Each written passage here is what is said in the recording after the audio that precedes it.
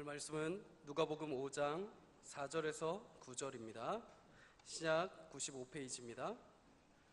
누가복음 5장 4절에서 9절까지 보도록 하겠습니다.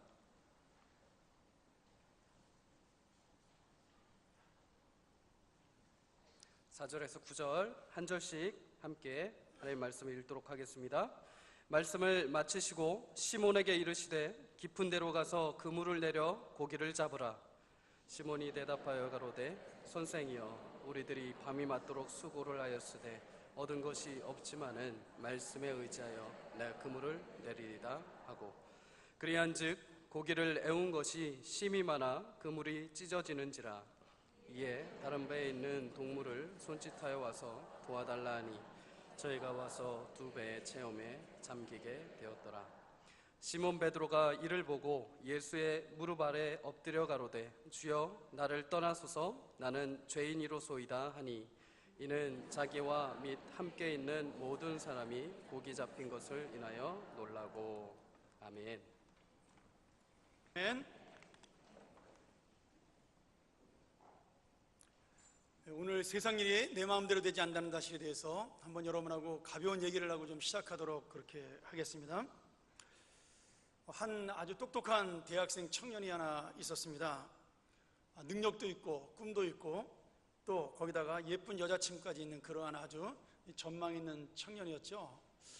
그렇게 공부도 잘하고 능력도 있고 잘 나가는 청년이었는데, 그만 어느 날 갑자기 집안의 유전으로 인해서 그런지 머리가 한 움큼씩 빠지기 시작을 하는 거예요. 점점 앞머리가 비기 시작을 하는 겁니다. 근데 그것이 조금 빠지는 것이 아니라 눈에 띄게 정말 이러다가는 결혼 전에 한 40대 50대로 보일 만큼 그렇게 머리가 빠져나가기 시작을 하는 겁니다. 그렇게 머리가 빠져나간 어느 날 여자친구가 절교하자라는 선언을 하게 됐죠. 그 머리가 빠지는 모습을 보고 여자친구가 실망을 하게 된 겁니다. 그래서 이 아이가, 청년이 너무 심각하게 고민을 하기 시작을 했습니다. 야, 이러다가 내가 대학을 졸업하고 취직도 못하는 거 아니냐, 그런 생각이 들기 시작을 했고, 그래서 뭐 요새 의학이 발달했으니까 내가 열심히 돈을 벌어서 머리를 심어야 되겠다. 그리고 그날로 그냥 1년 동안 정말 아르바이트를 열심히 해가지고 돈을 많이 모았습니다. 그리고 적금을 타는 날 그 적금을 타가지고 바로 병원에 가서 머리 이식 수술을 받고 긴 머리를 휘날리면서 집으로 들어오게 되었죠. 그리고 너무 신나서 집으로 들어오면서 엄마를 부르는데 엄마가 그 아들을 보고 첫마디에 이렇게 인사를 하는 것이었어요. 얘야, 다음 주에 군대 가라고 영장 나왔다. 이렇게 인사를 한 겁니다.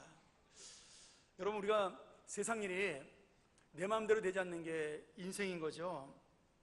오늘 베드로의 인생 또한 마찬가지입니다. 우리는 가볍게 이야기를 시작을 했지만 사실 실제로 당사자가 이런 일을 당할 때는 굉장히 억울하고 비참한 생각이 들겠죠. 베드로는 지금 밤새 고기를 잡으려고 애썼지만 아무것도 얻지 못한 채 지치고 피곤한 모습으로 그물을 정리하면서 빈손으로 집에 돌아가려고 준비하는 중이었습니다. 오늘 여러분, 베드로의 이 실패하고 지친 모습은 사실 지금 우리의 인생을 보여주고 있는 모습이기도 한 것이죠. 내가 밤새도록 아무리 열심히 일한다 할지라도, 내가 최선을 다해 노력한다 할지라도 우리 인생이 내 마음대로 되는 것만은 아니라는 겁니다. 성공이라는 것이 내가 원하는 대로 이루어지는 것은 아니라는 거죠. 요새 저는 그 메르스 바이러스 때문에 우리나라가 참 심각하게 힘든 것을 보면서 그런 생각을 많이 합니다. 작년에 세월호 사건 때문에 많은 사업하는 분들이 어려웠습니다. 뭐 저희도 마찬가지였죠. 미국도 장사가 안 될 정도였어요. 한인 교민들 가게들이. 그러니까 얼마나 많은 사업하는 분들이, 또 서비스업에 종사하는 분들이 이 일 때문에 힘들었어요.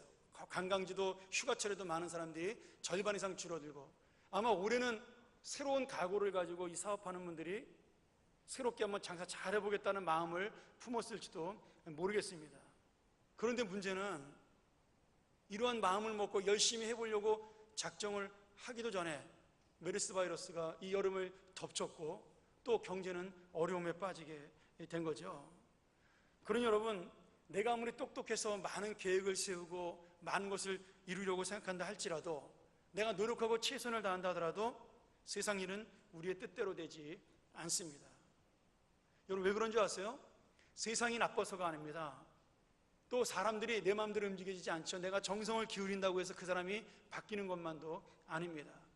왜 그런지 아세요? 그것은 그들이 나쁘기 때문이 아니라 약하기 때문입니다. 세상이 자기 마음대로 세상을 움직이지 못하기 때문이에요. 사람이 자기의 마음을 자기 마음대로 바꿀 수 없기 때문입니다. 그러니 내가 아무리 세상을 보고 실망을 해도, 사람을 보고 실망을 해도 아무 소용이 없는 거죠. 그것은 세상의 탓이 아니라 하나님의 이 우리를 향한 뜻이 있기 때문입니다. 아니면 우리가 이 땅을 향해 죄를 지었기 때문에 그 죄가 우리를 해결해 주지 못하는 거죠.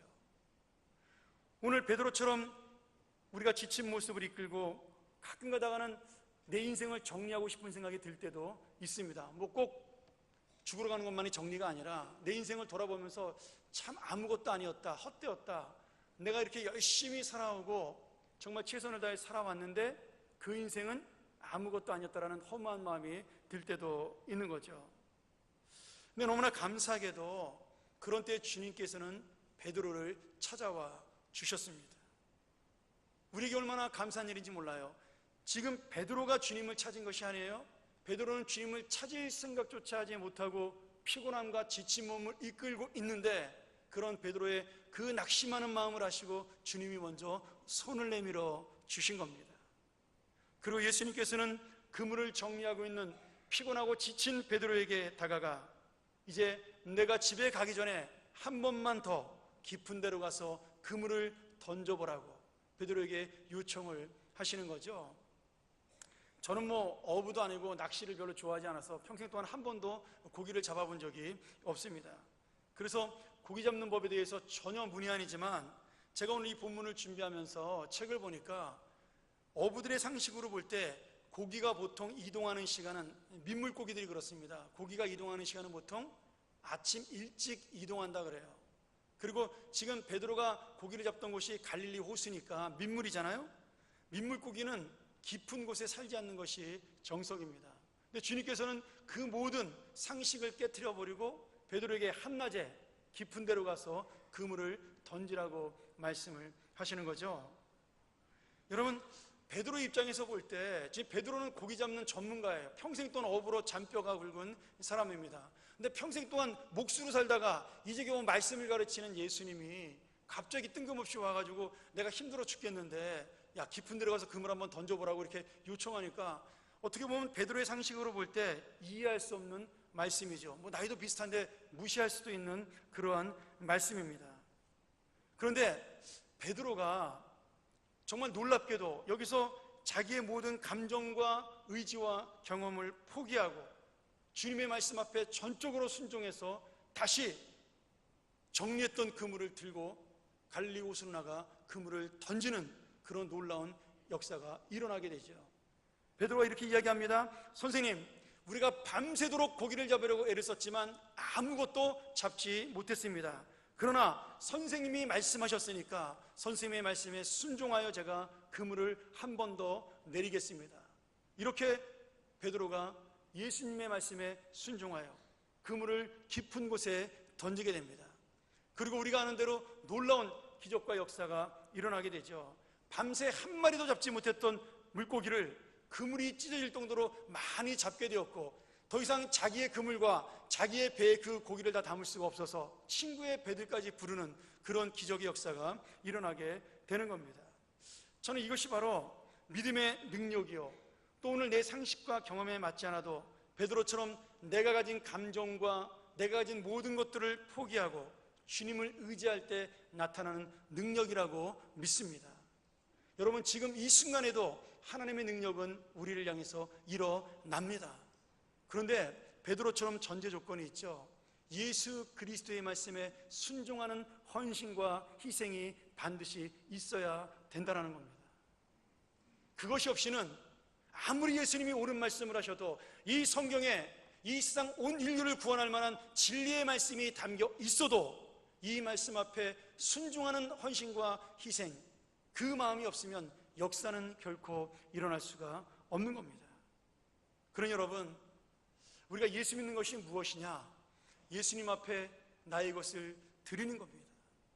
나의 것을 드리는 것이 무엇이냐? 내 감정과 의지까지도 주님 앞에 포기하고 나에게 맞지 않는다 할지라도 주님의 말씀 앞에 머리를 숙이고 순종하는 것, 그것이 바로 믿음입니다. 오늘 여러분, 이 놀라운 믿음을 통해서 우리가 상상할 수 없는 이 놀라운 주님의 은혜를 체험하는 여러분 되기를 주 이름으로 축원합니다. 그런데 우리가 또 하나 이 베드로의 모습을 보면서 깨달아야 될 게 하나 더 있습니다. 우리 인생 속에서 지금 내 마음대로 된다고 해서 그 인생이 또한 행복하고 좋은 것만은 아니라는 사실이죠. 여러분, 이게 중요합니다.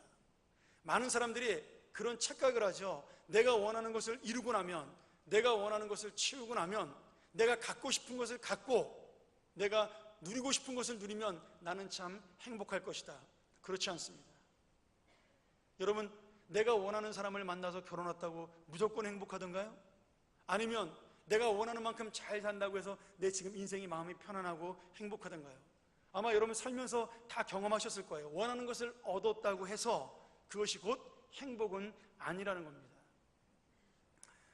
영국의 극작가인 버나드 쇼라는 사람이 있습니다. 이 사람은 굉장히 글로도 유명하지만 특유의 익살과 독설로도 아주 유명한 사람입니다. 심지어는 자기의 묘지의 그 묘비명도 아주 익살스럽게 그리고 독설로 썼죠. 이렇게 썼어요. 자기의 묘비명을: 우물쭈물하다 내 인생 이렇게 될 줄 알았다. 그게 자기 묘비명 제목이에요. 아마도 준비하지 못한 인생, 자기가 이 죽음이 있다라고 생각하고 살아오지 못했던 인생에 대해서 후회하고 썼던 묘비명이 아닌가라는 생각이 들어요. 근데 이게 꼭 저는 이 버나드 쇼의 묘비명이 아니라 우리의 묘비명이 아닌가라고도 생각도 해보는 거죠. 우물쭈물하다 내 인생 이렇게 될 줄 알았다. 여러분 꼭 하나님의 나라를 기억하시기를 소원합니다. 그런데 이 버나드 쇼가 극작가로 굉장히 유명했을 때 한 번은 미국의 유명한 천재 발레리나인 이사도라 던컨이 그를 찾아왔습니다. 그 역시 뭐 100년에 하나 나올까 말까한 그런 천재 발레리나였잖아요. 근데 이사도라 던컨이 버나드 쇼의 지성에 반한 거예요. 그래서 이 여자도 좀 독특한 여자인데 아주 자유 부인이었죠. 연애도 자유스럽게 했던 그런 여자였는데, 이 여자가 먼저 버나드 쇼에게 프로포즈를 한 겁니다. 청혼을 한 거예요. 미스터 버나드 쇼, 당신이 만약에 나와 결혼한다면 정말 우리 사이에는 훌륭한 아이가 태어날 것입니다. 저와 같이 아름다운 육체에다 당신처럼 뛰어난 머리를 가진 그런 아이가 탄생하지 않겠습니까? 그렇게 이야기를 하면서 청혼을 한 겁니다. 그랬더니 이 버나드 쇼가 익살스럽게 거절하면서 이렇게 이야기를 했죠. 아유, 그 반대일 수도 있죠. 나같이 볼품없는 외모에다가 당신처럼 빈 머리를 가진 아이가 태어날 수도 있는 겁니다. 이렇게 거절을 했습니다. 여러분, 버나드 쇼는 비록 예수는 믿지 않았지만 자기 마음대로 되지 않는 것이 인생이라는 사실을 알고 있었던 지혜로운 사람이면 틀림이 없습니다. 그런데 제가 버나드 쇼가 했던 여러 가지 중요한 명언들이 있는데 그 중에 참 제가 좋아하는 말이 있습니다. 첫 번째는 뭐냐면 그가 이렇게 말했어요. 이 세상에는 두 가지 비극이 있다. 첫 번째 비극은 세상 모든 만사 일들이 내 마음대로 되지 않는, 내 소원대로 이루어지지 않는 비극이다. 인간은 그 비극 때문에 슬픔에 젖고 고통에 젖는다. 두 번째 비극은 세상 일이 내 마음대로 이루어지고 내 소원이 이루어지는 데서 오는 비극이다. 여러분, 첫 번째 비극은 이해가 가잖아요. 근데 왜 두 번째 비극이, 두 번째 내 마음대로 모든 것이 이루어지는데 비극일까요? 여러분, 이 사람은 알고 있었던 겁니다. 내 마음대로 이루어진다고 해서 그것이 나를 평안하고 행복한 길로 이끄는 것은 아니라는 사실을 알고 있었던 거죠. 저는 그래서 베드로의 고백을 보면서 베드로가 말했던 이 놀라운 고백들이 바로 버나드 쇼가 말한 내가 원했던 것을 얻은 그 두 번째 비극, 그러나 그것이 단지 비극으로 끝나는 것이 아니라 내 소원과 내 마음대로 된 인생에도 내 개인의 행복을 넘어서 그리고 내 인생을 더 높게 채우고 행복을 얻지 못하여 그것 때문에 모든 것을 얻고도 공허한 마음이 아니라 그 마음을 진실한 그 무엇으로, 존귀한 하나님의 것으로 채울 수 있는 그런 인생이 있다라고 믿습니다. 오늘 여러분, 베드로의 고백이 바로 오늘 우리에게 그러한 놀라운 은혜를 보여주고 있는데요. 지금 본문에 보면 밤새도록 일하고도 한 마리의 고기도 못 잡은 베드로의 인생은 지금 비극처럼 시작이 되고 있는 거죠. 집에 갖고 갈 고기도 없어요. 기다리는 아이들에게 줄 선물도 없습니다. 지금 한 가장이 빈손으로 터덜터덜 집으로 돌아가야 되는 안타까운 순간인 거죠. 그러나 그가 예수 그리스도를 만나고 그의 말씀에 순종함으로 말미암아 그의 비극적인 인생은 기쁨으로 다시 바뀌게 됩니다. 그물이 찢어질 만큼 가득 찬 고기를 잡고 그 배에 가득한 고기를 바라보면서 베드로는 자기의 소원이 이루어졌다라고 생각을 하게 되죠. 그런데 베드로는 참으로 놀랍게도 하나님의 은혜겠죠. 그는 자신이 원했던 가득한 그 물고기를 바라보면서 결코 그것이 내 인생을 채우는 행복이 아니라는 사실을, 이것이 오히려 나에게 두 번째 비극을 가져다 줄 수 있다는 사실을 이미 깨닫고 있었던 겁니다. 그래서 그물이 찢을 만큼 고기를 잡은 것보다 더 놀랍고 중요한 역사가 그 사실을 깨달은 베드로에게 오늘 일어나기 시작을 하는 거죠. 저는 오늘 이 베드로를 바라보면서 진정 내 인생을 채우는 것이 무엇인가, 내가 원했던 물고기와 같은 것인가, 내가 원했던 세상이 어떤 것인가, 정말 그것으로 내 인생을 채울 수가 있는가를 다시 한 번 더 생각하는 귀한 시간 되기를 소원합니다. 첫 번째로 베드로는 배에 가득 잡힌 물고기보다 중요한 그 고기를 잡게 하신 예수 그리스도를 알게 되었습니다. 그리고 그 예수 그리스도를 바라보게 된 것이죠. 오늘 베드로는 이 고기를 잡으면서 이 물고기만 바라본 것이 아니라 예수님을 바라보게 되었어요. 나의 모든 것을 하시는 주님, 이 세상에서 피곤한 몸을 이끌고 지친 몸으로 그 그물을 수리하면서 정리하고 있던 자기 자신의 그 허망한 인생 앞에 나타나 자기의 관심이 없는 것처럼 말씀을 전하는 것처럼 보였던 그 선생님의 그 놀라운 은혜가, 그 주님의 놀라운 역사가 자기의 마음속에 임했다라는 사실을, 그리고 자기가 가장 필요한 것을 채우고 있었다라는 사실을 베드로는 깨닫게 된 것입니다. 오늘 그 주님이 어떤 주님이에요? 내 모든 시름과 아픔과 걱정을 꿰뚫고 계시며 오늘 그 걱정을 덜게 하기 위하여 바닷속 깊은 곳까지 다스리시며 전능하신 하나님의 능력으로 나에게 모든 것을 채워주시는 그 놀라우신 이 온 땅의 주인이신 주님을 베드로는 고기를 잡으면서 깨닫게 된 것이죠. 오늘 여러분, 얼마나 놀라운 은혜예요. 지금 고기로 가득 찬 배를 보고 그 자기가 원했던 것을 보고 기뻐하고 즐거워하고 소망 가운데 살아야 될 베드로인데, 이것이 보통 사람들의 생각인데, 당연한 생각인데, 베드로는 그 배에 가득 찬 물고기를 바라보면서 그 물고기만 본 것이 아니라 그 물고기 이면에 자기를 바라보며 그 물고기를 채워주신 예수 그리스도의 은혜를 만났다라는 사실이죠. 오늘 여러분, 우리의 입장하고 한번 비교해 보세요. 나는 무엇을 보고 있느냐는 거죠. 내가 원하는 것은 무엇이냐는 거예요. 내가 채운 것을 바라보면서, 여러분 보통 사람들이 다 그렇습니다. 내가 원하는 것이 채워지면 만족하고 기뻐하죠. 그것으로 모든 것이 끝이죠.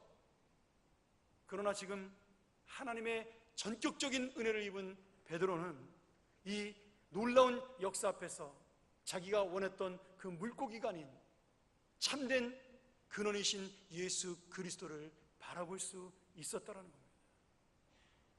사랑하는 여러분, 우리가 어떤 주님을 만나야 되나요? 누구를 바라봐야 되나요?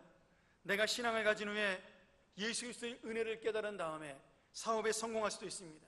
병을 고칠 수도 있어요. 가정이 평안해질 수도 있습니다. 그 모든 것들이 하나님이신 복이죠. 우리는 흔히 이것을 눈에 보이는 복이라고 이야기를 합니다.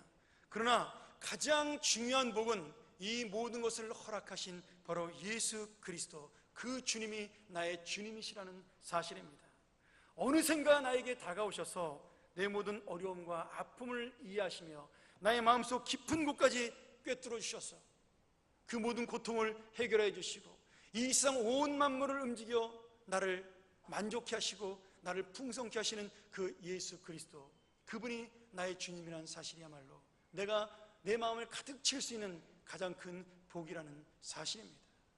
그러니 반대로 내가 베드로처럼 오늘 빈손으로 집으로 돌아간다고 할지라도, 아픈 몸을 이끌고 집으로 돌아간다고 할지라도, 아무것도 채우지 못하고 내가 빈 인생으로 돌아간다고 할지라도 그 주님이 나의 주님이라면 오늘 나는 역시 베드로처럼 또한 만족할 수 있는, 그 주님으로 내 인생을 채울 수 있는 믿음이 되어야 하겠습니다. 사랑하는 여러분, 오늘 저는 베드로가 만났던 이 주님을 여러분이 만나기를 소원합니다. 여러분에게 채워줬던 그 무엇보다, 자녀보다, 남편보다, 아내보다, 여러분의 사업과 직장과 명예와 권세보다 가장 소중하신 그 예수 그리스도, 나의 전부이신 주님을 만나는 이 시간 되기를 주의 이름으로 축원합니다. 두 번째로, 베드로는 배에 가득 찬 물고기를 보는 놀라운 기적 앞에서 그 물고기를 통하여 기쁨으로 자기 인생을 바라본 것만이 아니라 자기 자신이 무능한 죄인이라는 사실을 깨닫는 놀라운 축복을 얻게 되었습니다.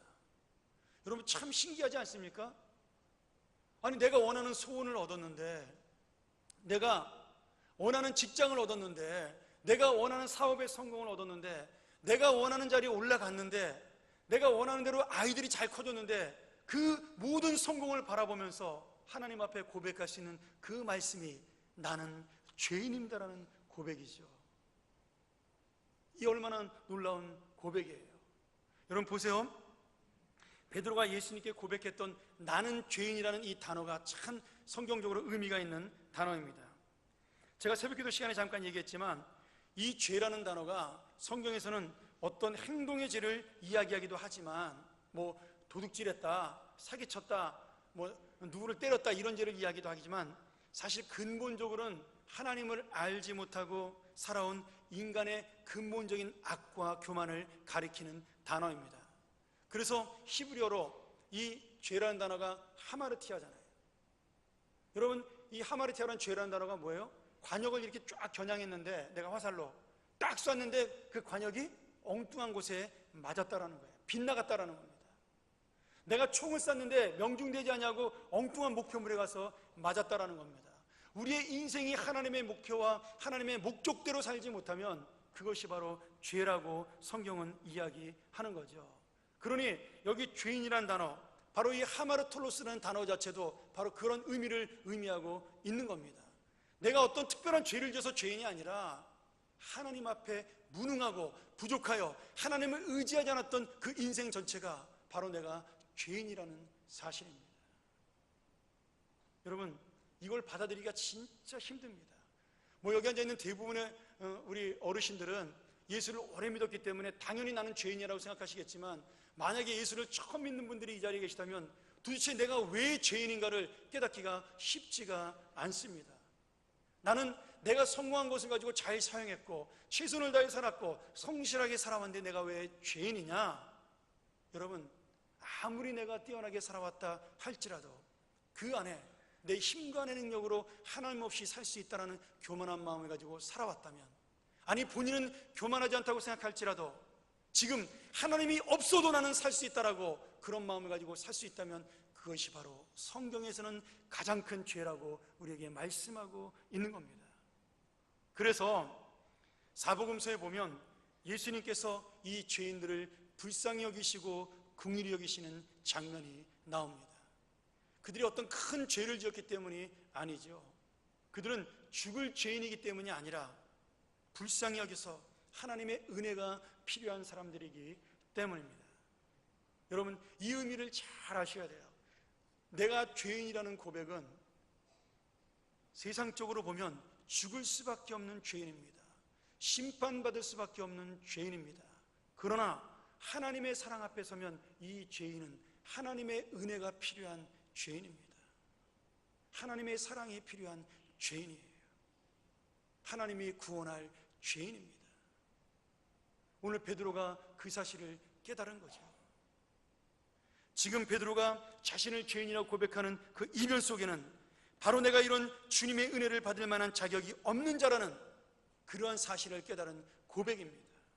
내가 주님이 누구인지를 몰라서 내 힘과 능력으로 이때까지 살아왔다는 자신의 어리석음에 대한 고백이지요. 그러니 이제 내가 주님의 은혜가 없이는 절대로 이 땅을 살아갈 수 없다라는 그러한 믿음의 고백입니다.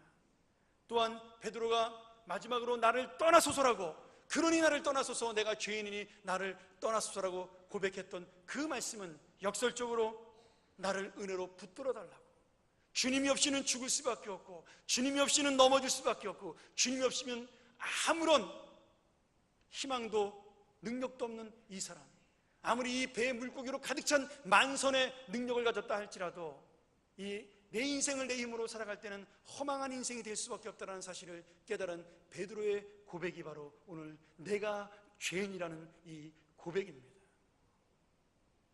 오늘 여러분, 우리가 주님 앞에 무엇을 얻었어요? 내가 성공을 얻었습니까? 아니면 내가 명예와 세상에서 존경받는 지위를 얻었어요? 그 모든 것들을 가지고도 이 세상에선 허망할 수밖에 없는 죄인이라는 사실을 깨닫는 것, 그것이 바로 복음을 아는 것입니다.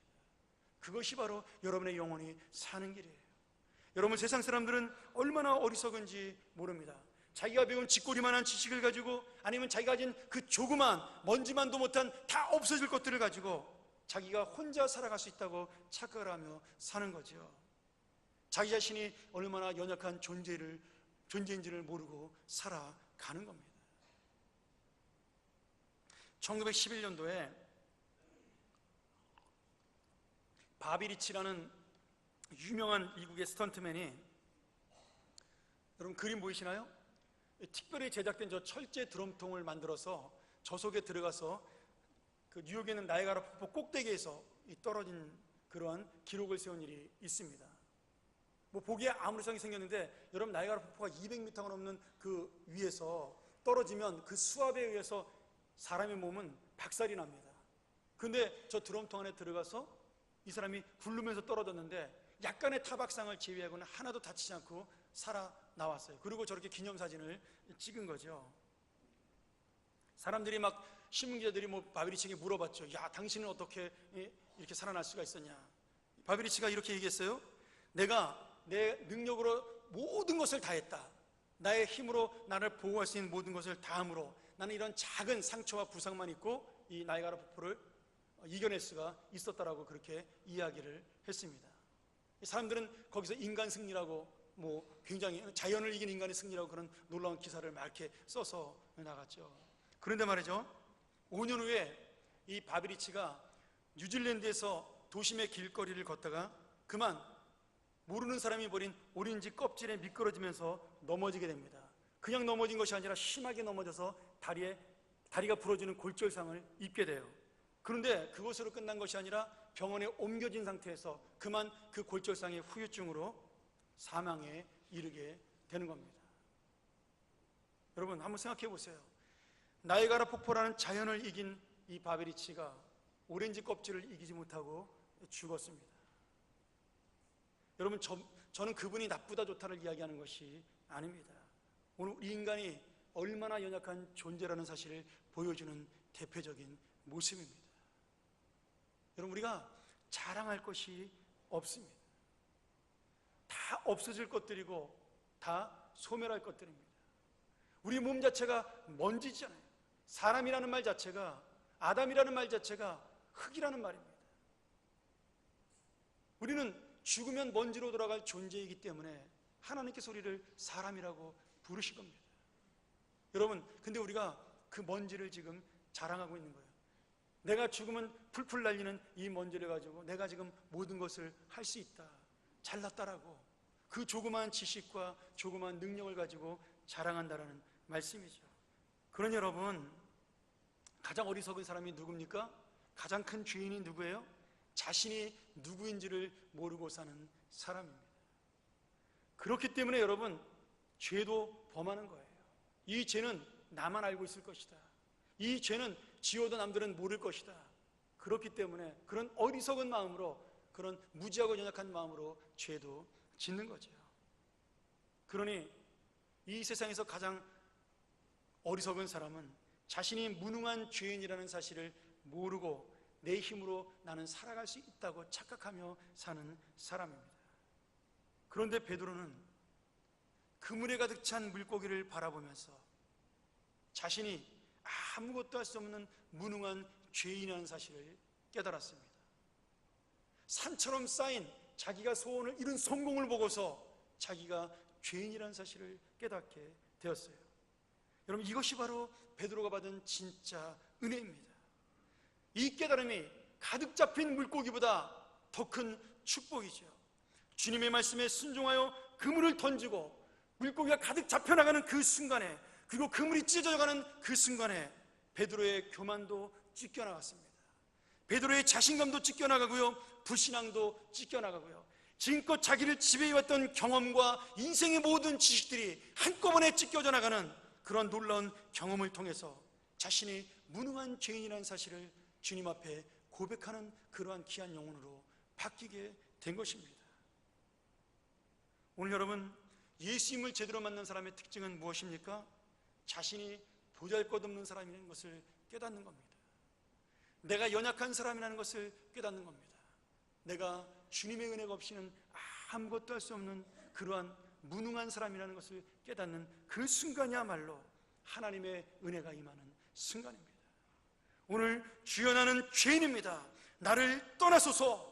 바로 이 베드로의 고백이 내 마음의 모든 것을 하시는 주님 앞에서, 바닷속까지 깊은 물고기까지 다스리시는 그 주님 앞에서 나의 부끄러움과 죄악을 깨닫고 주님의 은혜를 구하는 바로 우리의 고백이 되기를 주의 이름으로 간절히 축원합니다. 여러분, 한번 여러분의 인생을 돌아보시고 한번 생각해 보세요. 내가 주님을 만난 후에 베드로와 같이 주님 앞에 겸손히 머리 숙이고 겸손하게 내 자신을 포기한 적이 얼마나 있는지요. 내가 지금 그것을 가지고 마치 내가 무엇인가를 얻은 것 마냥 좋아하면서 이것이 있으면 하나님이 없어도 살 수 있다라는 그런 마음을 가지고 살았던 적은 없는지요. 아직도 우리는 우리의 힘으로 무엇인가 나는 할 수 있다라는 그런 생각으로 주님 앞에 말도 안 되는 폼을 잡으면서 그렇게 사는 어리석은 인생이 아닌지요. 오늘 여러분, 우리가 주님의 은혜 없이 아무것도 할 수 없다는 그 인생의 연약함을 깨닫고 내가 무능한 죄인이라는 사실을 깨달을 때 오늘 주님의 진정한 위로와 평안을 만나는 인생이 여러분에게 임할 줄로 믿습니다.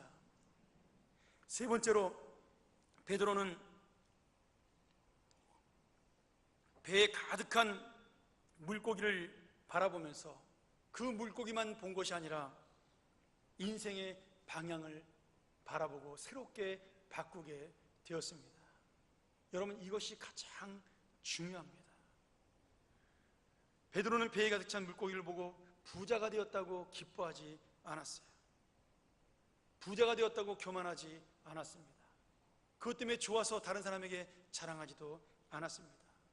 주님 앞에 엎드려 자신의 죄인됨을 고백하며 나 같은 죄인에게 왜 이런 하나님의 놀라운 역사와 기적이 일어났는가를 생각하는 인생이 되었습니다.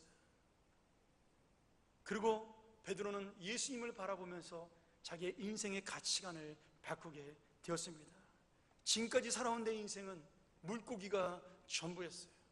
내 가족을 먹여 살리는 것이 전부였습니다.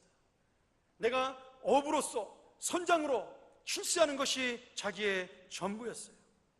그러나 이제 예수님이 자기를 찾아오시고 은혜를 베푸신 그 모습을 바라보면서 내 인생의 목적이 무엇인지를, 내가 살아갈 인생의 의미가 무엇인지를, 하나님이 나를 왜 구원하셨는가를 깊이 있고 분명하게 깨닫게 된 것입니다. 그러니 이제 그는 자기가 그렇게 잡으려고 애썼던 고기보다 소중한 인생을 얻게 된 것이죠. 오늘 여러분, 이것이 예수를 만난 성도에게 있어 가장 중요한 문제입니다. 주님을 만나고 자기를 깨달은 사람은 베드로처럼 인생의 방향을 바꾸고 주님과 함께 걸어가는 인생이 되어야만 하는 겁니다.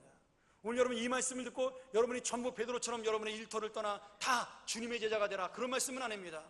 다 직업도 포기하라는 말씀이 아니에요. 저처럼 다 목사가 되라는 말씀도 아닙니다. 그러나 이제 그물을 내 인생에서 치우고 내 인생을 치우게 달렸던 그 모든 것보다도 소중한 주님의 의미 있는 인생을 찾는 그런 놀라운 믿음으로 나가야 한다는 사실이죠. 내가 지금까지 세상의 성공과 출세를 위해 달려왔던 내 직장, 내 사업, 내 인생, 그 모든 것들을 바꾸어 주님의 목적과 주님의 의미를 향하여 달려갈 수 있는, 그래서 바뀔 수 있는 직장이고 사업장이 되고, 그리고 심지어는 나의 가정까지도 되어야 한다는 사실입니다. 오늘 여러분, 내가 자녀를 키우면서 출세하는 자녀로 키우는 것이 중요한 것이 아니라 더 중요한 하나님의 자녀로 살고 하나님의 뜻을 알고 살아가는 자녀로 키우는 것, 그것이 바로 오늘 베드로가 만난 주님의 역사입니다. 사랑하는 여러분, 오늘 베드로가 인생을 전환하였습니다. 그리고 그 뒤로 그의 인생을 주님이 책임져 주셨습니다. 베드로는 예수님을 만난 이후로 만사형통하지 않았어요. 여러분 아시잖아요. 베드로는 예수님의 제자가 된 이후로 많은 실수를 합니다. 또 본인 자체도 많은 실망을 하게 됩니다. 어쩔 때는 예수님을 부인하는 그런 엄청난 잘못을 저지르고 가슴을 치며 회개하기도 하죠.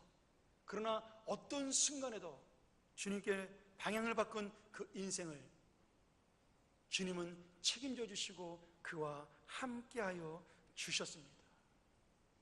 이런 연약한 베드로를 통해 하나님은 초대교회 예루살렘 교회를 세우시고 바울을 파송시키고 그 교회가 선교의 머리가 되는 놀라운 역사를 일으키는 그러한 하나님의 사람으로 베드로를 사용해 주신 겁니다. 무엇이 바뀌었기 때문이죠? 인생의 방향이 바뀌었기 때문입니다. 여러분, 무엇 때문에 성공을 향해 달려가세요? 무엇 때문에 이렇게 축복받기를 원하세요? 무엇이려고 그렇게 잘 살기를 원하세요? 뭐 그렇게 많이 채우려고 애를 쓰세요? 가져갈 수 있는 것 아무것도 없는데, 그저 먼지에 불과한 내 인생인데 마지막에 무엇인가를 채워야 그렇게 만족이 되는 건가요? 제가 한 가지만 더 이야기를 하고 마치겠습니다. 제가 뭐 그림에 대해서 전혀 문외한이지만 그래도 목사니까 제가 이렇게 유명한 그림들을 좀 좋아합니다. 그리고 기독교 역사에 그런 유명한 그림이 많이 있죠. 제가 이제 때가 될 때마다 그런 그림들을 여러분에게 신앙과 함께 소개해 주는 일을 하려고 그러는데, 오늘 제가 소개할 그런 그림이 하나 있습니다. 그 중에 하나가 17세기 스텐버그라는 독일의 화가 그린 유명한 그림이죠. 이 제목을 우리나라 번역하면 이 사람을 보라라는 성화입니다. 라틴어로 에케 호모라는 말이고요. 요한복음 그 예수님의 고난당하는 장면을 보면서 이 스텐버그라는 화가가 그린 이 사람을 보라라는 그림이죠. 이 사람을 보라는 빌라도 총독이 예수님 보고서 했던 말이기도 합니다. 원래 이 그림은 이 스텐버그라는 화가가 유명해지기 전에, 좀 더 유명해지기 전에 그 성 제롬 대성당이라는 그곳에서 위고 신부라는 분이 요청을 해가지고 돈을 받고 성화를 그리기 시작을 했습니다. 그 신부님이 고난에 대한 장면을 그려달라고 부탁을 했는데 이 스텐버그가 믿음이 별로 없었어요. 그래서 이 그림을 그리는 도중에 자기가 점점 더 유명해지기 시작을 한 겁니다. 그러니까 처음에 약속했던 그림값이 너무 싸다고 생각이 드는 거예요. 그래서 그 그림값을 올릴 요량으로 그 그림을 완성하지 않고 하루 이틀 미루면서 그 그림을 중단했습니다. 그리고 자기 작업실 한쪽 구석에다 이렇게 그림을 세워놨는데, 한 번은 이 스텐버그가 산책을 하다가 길을 가던 페피타라는 아름다운 집시 여성을 만나게 됩니다. 그 여성을 보고 여자로 반한 게 아니라 모델로서 한눈에 반하게 돼서 그 여자에게 모델을 해달라고 이렇게 제안을 하게 되죠. 뭐 스텐버그가 워낙 유명한 화가니까 이 여자가 승낙을 하고 그 다음날 그 스텐버그의 화실에, 작업실에 모델이 되기 위해서 왔습니다. 근데 그녀가 화실에 와서 앉자마자 자기 정면에 있는 구석에 있는 이 사람을 보라라는 미완성된 그림을 보게 된 거예요. 아마 그림의 형체는 다 갖추었지만 색칠을 하지 않았겠죠. 근데 거기에 보니까 정말 힘없이 한 사람이 매를 맞고 고통을 당하고 서 있고 사람들이 막 이렇게 손가락질하는 장면이 보이는 겁니다. 그래서 페피타가 처음으로 예수가 누군지 모르는 여자였는데 그 그림을 보고 물어보게 된 거예요. 저 사람이 누구길래 저렇게 고난을 당하고 있습니까? 스텐버그가 그냥 건성으로 대답을 했죠. 예수 그리스도입니다. 근데 왜 사람들이 저 사람을 이렇게 때리고 고통을 주고 있지요? 왜 십자가에 저렇게 못을 박으려고 하고 있죠? 이렇게 물어본 거예요. 그림을 그리다 이 귀찮아진 스텐버그가 좀 가만히 좀 있으라고, 입 좀 다물고 있으라고 그렇게 이야기를 하면서 그냥 입을 막아버린 거예요. 근데 그 다음날 왔던 이 여인이 또 질문하는 겁니다. 아니, 저 십자가에 달린 사람은 나쁜 사람이었나요? 무슨 죄를 지었나요?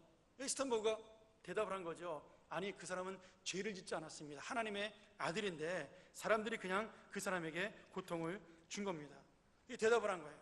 근데 이것이 하루 이틀 계속되는 것이 아니라 올 때마다 이 페피타라는 집시 여자가 예수님에 대해서 질문을 자꾸 하는 거예요. 하나님의 은혜겠죠? 하루는 스탠버그가 귀찮아가지고 그 여인을 앉혀놓고 내가 지금 짧게 예수님에 대한 이야기를 하겠다. 그 다시는 질문하지 말라고 건성으로 이렇게 그 여인을 앉혀놓고 설명을 하기 시작을 했습니다. 아주 빠르게 이분은 하나님의 아들인데 우리의 죄를 구원하시기 위해서 이 땅에 오셨고 아무 죄도 없는 그러한 분이었지만 사람이 되어서 우리를 위해 십자가에 달려 돌아가셨고 그리고 우리가 그분 때문에 구원을 얻게 되었다. 그분의 고난은 바로 우리의 구원이다. 이렇게 설명을 간단하게 해버린 거예요. 근데 자기는 그냥 스피드 있게 그냥 설명을 끝냈는데 그 설명을 듣고 있던 페피타의 눈에서 눈물이 뚝뚝뚝뚝 막 떨어지는 겁니다. 그러면서 어떡하냐고, 나 때문에 저렇게 죽으신 예수님 어떡하냐고 막 우는 거예요. 그러니까 건성으로 설명하던 스탠버가 당황을 하기 시작을 한 거죠. 그래서 자기도 모르게 그렇게 설명을 하고 말았어요. 울지 말라고 아가씨, 예수님은 십자가 달려 돌아가신 것으로 끝난 것이 아니다. 죽은 것으로 끝난 것이 아니다. 예수님은 십자가 달려 돌아가신 다음에 3일 만에 무덤을 깨뜨리고 부활하셨다. 그렇게 승리하셔서 그분은 다시 우리를 구원하시고 하늘로 승천하셨기 때문에 그분의 부활은 우리의 희망이니까 울지 말라고 달랜 겁니다. 그 이야기를 듣고 이 집시 여인 페피타의 눈이 반짝이면서 얼굴이 환하게 빛이 나고 그 소망, 그 부활의 소망을 가슴에 담고 기뻐하면서 집으로 돌아간 겁니다. 그런데 이 여인의 모습을 보면서 믿음 없던 화가 스탠버그가 충격을 받게 된 거예요. 고민을 하고 있는데 저 여인은 그분이 돌아가시고 부활하셨다는 그 말 한마디에 생명을 얻었는데 나는 뭔가 이런 고민을 하고 있는데 한 번은 그 여인이 또 와서 이렇게 이야기를 하는 겁니다. 너무 예수님에 대해 잘 알고 있으니까 당연히 예수님을 잘 믿을 거라고 생각을 한 거죠. 그 페피타가 이렇게 물어봤어요. 선생님은 선생님을 구원하시고 모든 것을 다 주신 그분을 무척 사랑하시겠네요.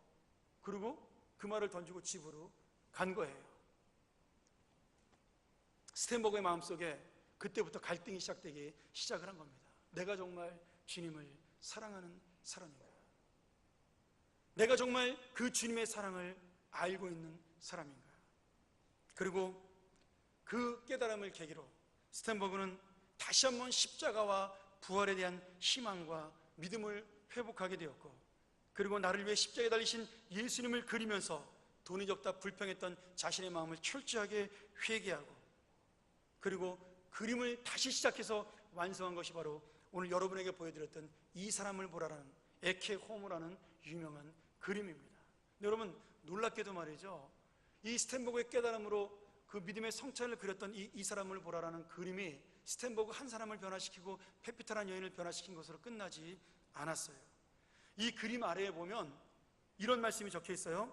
나는 널 위해 이것을 했건만 너는 날 위해 무엇을 했느냐. 여러분 잘 아는 말씀이죠? 잘 아는 찬송가 가사죠? 바로 이 영국의 찬송 작가인 프란시스 헤버갈이 이 그림에 있는 말씀을 보고 마음에 감동을 받고 쓴 찬송가 185장입니다. 내 너를 위하여. 그리고 그것으로 끝나지 않았어요. 독일의 진센돌프라는 백작이 있습니다. 이분이 모라비안 그 선교회라는 선교회를 창시한 아주 위대한 분이죠. 18세기 선교 역사의 한 획을 그은 정말 대단한 사람입니다. 이분을 통해 수많은 사람들이 선교사로 나갔고 아프리카와 남미에 정말 그 당시에 불모지의 땅에 선교사를 파송했던 대단한 사람입니다. 이 진센돌프 백작이 이 그림을 보고 감동을 받아서 바로 모라비안 선교회를 만들게 된 겁니다. 그리고 여러분, 이 모라비안 선교회가 배 안에서 폭풍을 만났을 때 당황하지 아니하고 두려워하지 아니하고 하나님께 찬양하며 기뻐하는 모습을 바라본 그 모습을 보고 미국을 갔다 돌아오면서 실망하고 돌아온 존 웨슬레가 충격을 받고 새로운 신앙의 그런 감동을 받아서 만든 것이 바로 지금의 감리교라는 겁니다. 여러분, 한 장의 그림이 아니에요. 한 여인의 깨달음이 아닙니다. 여러분, 베드로 한 사람의 깨달음이 3,000명, 5,000명을 구원하고 예루살렘 교회를 세우는 기초가 되었습니다. 한 장의 그림이 수천 수만의 사람을 구원하는 놀라운 역사가 일어났어요. 그 그림이 위대하기 때문입니까? 천만의 말씀이죠. 그 그림에 담겨있는 주님의 은혜가 우리의 마음속에 함께 있기 때문입니다. 사랑하는 여러분, 오늘 우리는 하나님께서 주신 은혜를 받은 사람들이에요. 어떤 사람들은 그분에 가득 찬 물고기만 보고 그것으로 내 인생을 채웠다라고 만족하는 사람들로 끝나는 사람들이 대부분이지만, 그러나 우리는 예수 그리스도를 알고 있기 때문에 진짜 내 인생을 채울 수 있는 것은 바로 그 배에 가득 찬 물고기를 주신 예수님을 바라보고 그의 뜻을 따라가는 인생, 복음을 따라가는 인생, 예수님의 십자가와 예수님의 부활 앞에 머리를 숙이고 그 모든 것을 맡기고 따라가는 인생이야말로 오늘 나의 인생을 진정으로 채우는 그러한 위대한 삶이 될 줄로 믿습니다. 사랑하는 여러분, 우리가 지금 무엇으로 나의 인생을 채우기 원하시나요? 여러분이 소원하는 그 무엇으로 여러분의 인생을 채우기 원하시나요? 아니면 너무나 힘들고 어려워서 내 마음속에 없는 것을 채워서 그것이 채워지면 내 인생도 채워진다고 그렇게 생각을 하시나요? 여러분, 내 인생을 완전히 채울 수 있는 것은 우리 주님의 은혜, 예수 그리스도의 십자가와 부활 외에는 없습니다. 오늘 여러분, 그 주님을 붙들고 그 주님의 은혜를 깨달아 오늘 그 믿음으로 내 인생을 채우고 나아가는 위대한 성도들이 되시기를 주의 이름으로 간절히 축원합니다. 우리 같이 한번 기도하죠.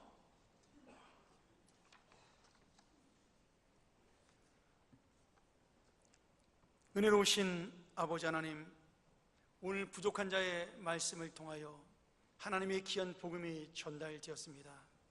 아버지 하나님, 하나님의 은혜가 저들의 마음속에 임하여 오늘부터 내 인생을 무엇을 채울 수 있을까, 진정한 나의 기쁨은 무엇일까를 생각하며 허망한 인생에서 벗어나 주님만을 바라보게 하여 주옵소서. 주님의 은혜만을 소망하게 하여 주옵소서. 주님, 한 장의 그림이 아니라, 한 사람의 인생이 아니라, 한 사람의 생명이 아니라 그 주님의 은혜를 깨달아 수많은 생명들에게 영향을 미치고 수많은 사람들에게 생명을 살리는 그러한 하나님의 인생들, 우리 하나님의 평안교회가 되게 축복하여 주옵소서. 예수님의 이름으로 간절히 기도하옵나이다. 아멘.